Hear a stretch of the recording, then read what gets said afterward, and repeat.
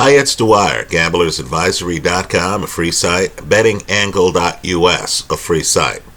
Remember, the opinion you should follow should be your own. Just consider this video to be a second opinion from a complete stranger online.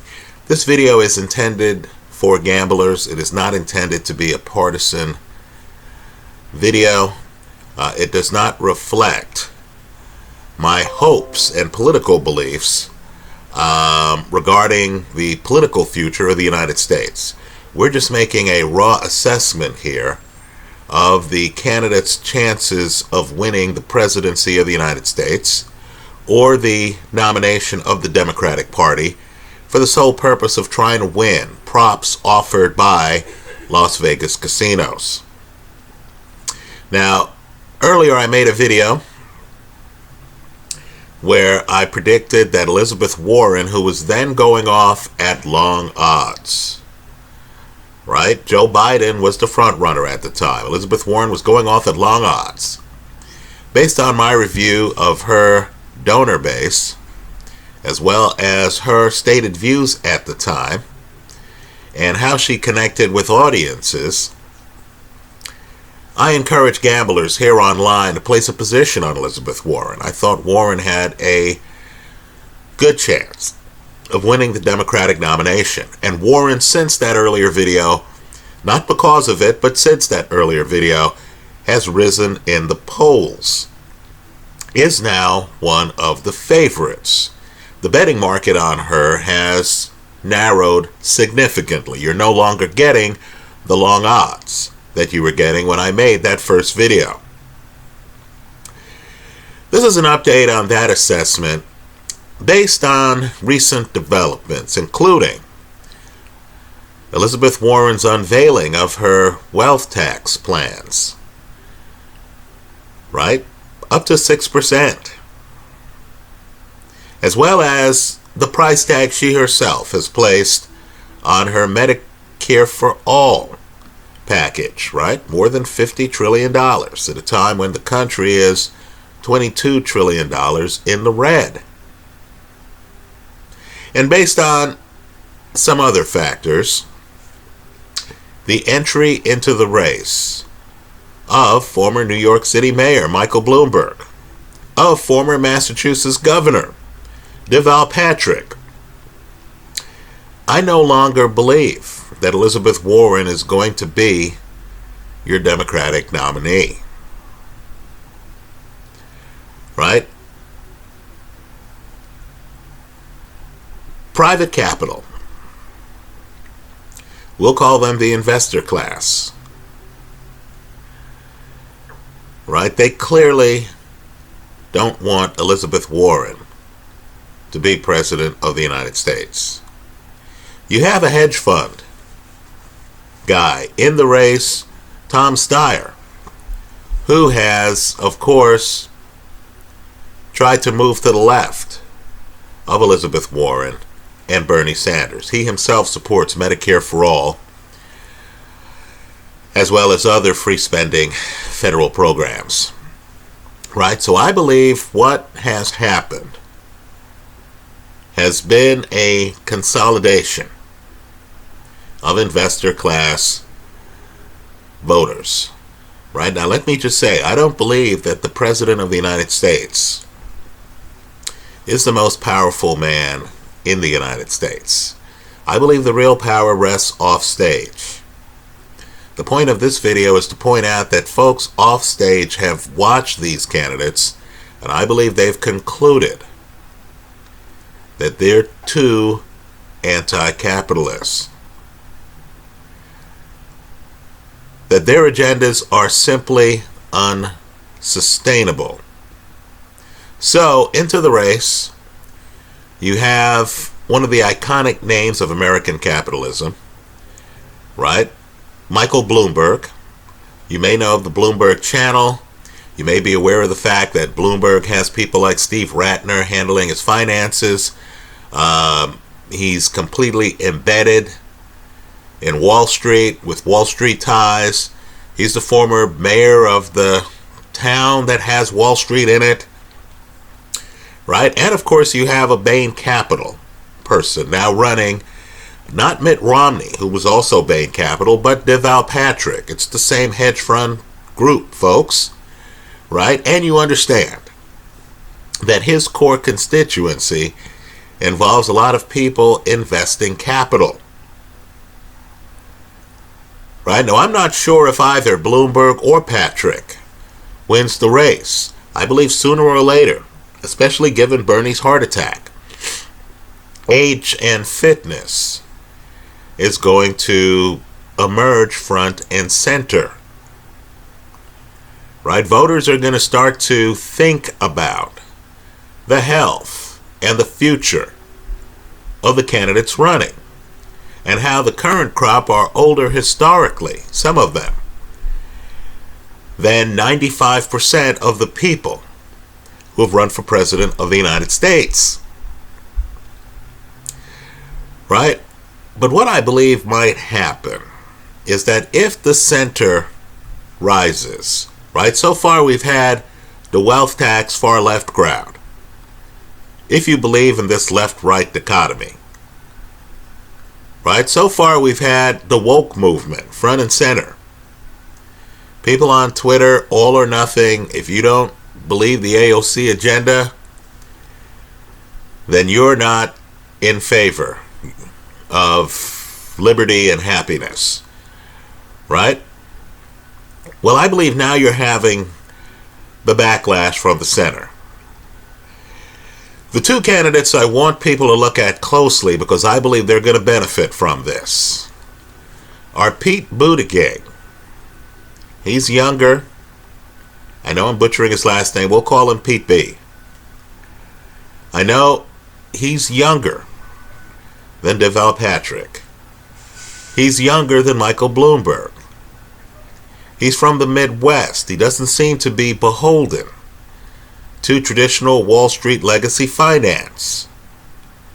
He's a guy who might even start talking about cryptocurrency, fintech, stuff that's relevant and happening right now. Right? The other candidate I think you need to take a hard look at is Andrew Yang. Now, I'll agree. Andrew Yang supports Medicare for all. Andrew Yang is someone who's talking about a freedom dividend, he calls it, giving every American $1,000. Right? It's not what you think when you read the fine print. You actually have to give up your eligibility for some of these Great Society programs. But let me just say, Buttigieg, who does not support Medicare for all, and Yang seem to be able to appeal to the center better than Warren and Bernie Sanders. I personally don't believe Joe Biden is viable, given the allegations against Hunter Biden. I don't expect Donald Trump to be convicted. Maybe he's impeached in the House. I don't expect him to be convicted and removed from office by the Senate. I believe the big loser in the entire impeachment proceedings is going to be Joe Biden, because I believe the American electorate is going to learn that Hunter Biden was making more than $80,000 a month to do work for which he was unqualified, with the real job possibly being influence peddling. So I don't believe Joe Biden is viable. I believe younger voters are going to be a little bit hesitant to vote for someone in their late 70s, like Michael Bloomberg, someone who is a bit paternalistic. Right? Just Google Bloomberg's efforts to politicize the ability of stores to sell big gulp sodas, big sodas, to willing buyers.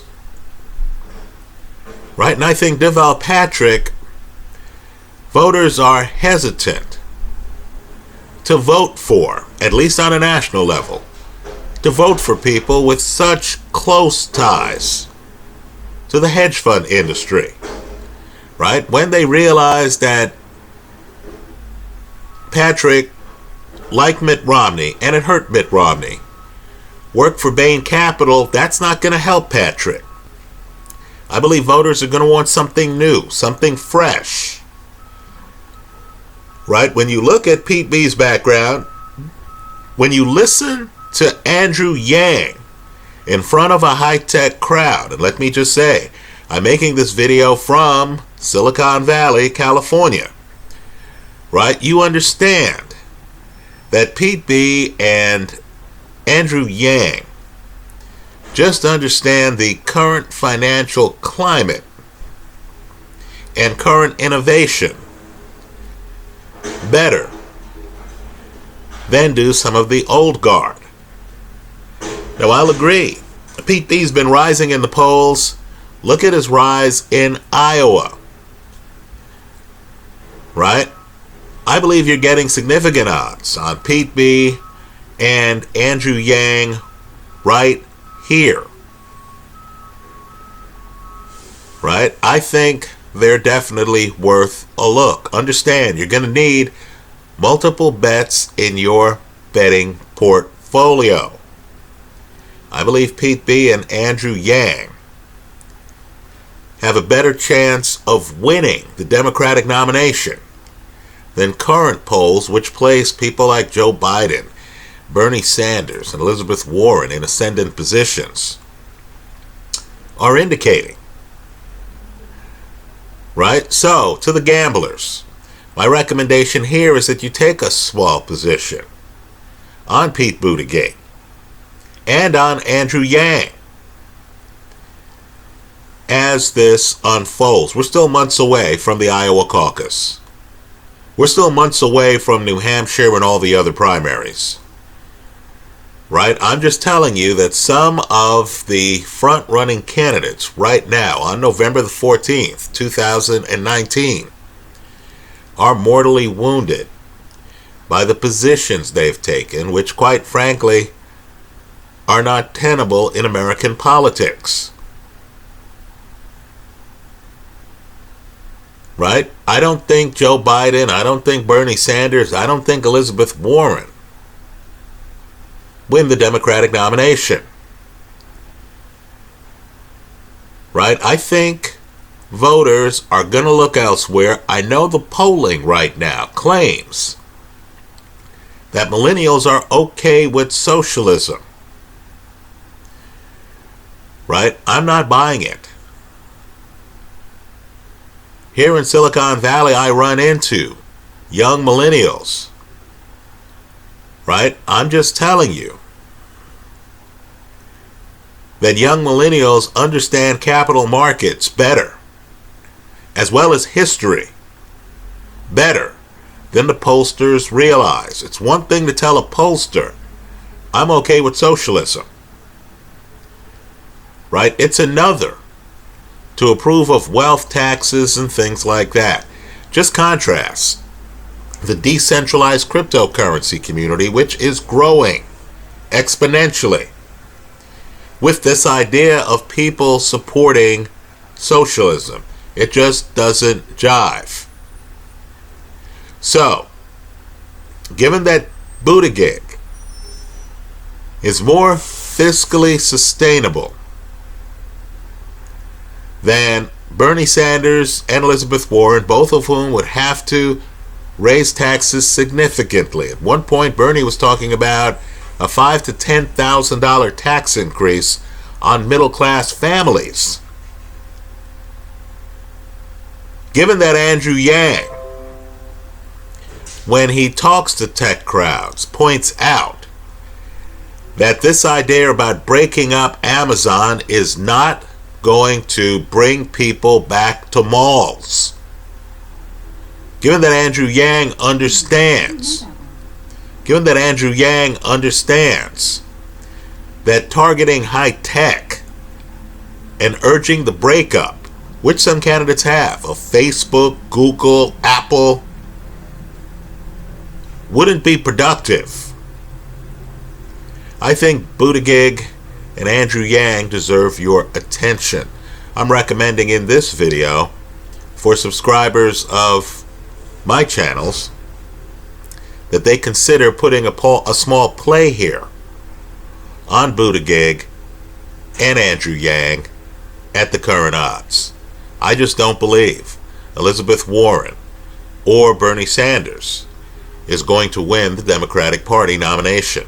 Let me say, it's great that we have the hedge on Elizabeth Warren at the price at which we got it, because now we can bet against that and make even more money. But I just don't believe any candidate advocating things like a $5,000 to $10,000 tax increase for middle-class families, or a 6% wealth tax, quite frankly, or any wealth tax, is viable in today's American political climate. Let me hear from you. This is a two-way forum. Let me hear from you in the comment section of this video. If you agree or disagree with the sentiments expressed in this video, I hope you let all of us know here online by leaving a comment in the comment section of this YouTube video. Thanks for stopping by.